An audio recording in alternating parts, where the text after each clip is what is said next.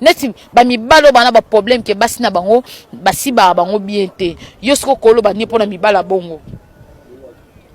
ya biso to des années si batu ba milaka drogue quand ni ba boire drogue ni ba boire pe biso mais soko meke pa na biso mama yoko komona ngala benga ngana couloir la reine Kindobika côté musu la reine de Cissé c'est que ato lobi na yo mais biso ba mekaka te to ka drogue ngapa mwana maso yo peno meki pa na nenga solo bebe na ba mingi te se bolingi ya boluka ngai yaya soko lina munoko ya yo biba salo na munoko tio silisa yo kaka yaya ole kuma ata diku te diku ina okoka te ata moi ba 4 mois 5 pour na sima neti na sima moi 5 quoi ko bimisa bangela ngo te wana ta kombe c'est que yo faut boxera moi le meilleur pour to linga to za leke to za moi propre pour wana pe na limbango te pour wana pe za dodo ki ça te pour comme tu métier na nga pas essayer na ngomina makambo ango c'est que bon sanga ya bien c'est que donc il y a to bomana o ba ya to kufa mais à part ça na te sima na nga pe na munoko na ngai ngone makamu merci siko neti ko pa simote ka ngona montagne ndesi na pa place yo côté ngai journaliste na ngai moi ça solo mama Pierrette na ngabi misanga na zata okape baninga musuto moi pe ni ba misi ba wembra bango baninga ba pedi me ba na moi topi na genre 3000 na osisi na ninga sima kuna 1000 fona 1500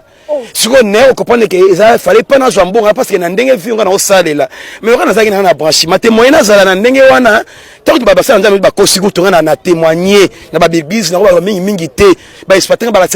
place tozali awa eza place mo déjà bato ba comprendre que et ça moi bien te siko basala nzambe wana ti bazwa kayo boyoka na kanini bayebisa ko nini poko mawana obana ko sa o témoigner pona bango ba eloba na nini te selon ngai selon bango ba expliquer ngai na zo ba sembo que to lingi otika musala oyo za musala nzambe to nzambe ki pa nzambe mutema longa ezali batali singai to kotambusa ba poto ba Afrique mobimba okozana vie oyo za nango te to kosunga yo mina ko mona na tamoko be ba mo ba ko welisa to na église ba communing ba batali singa ndenge na ko témoigner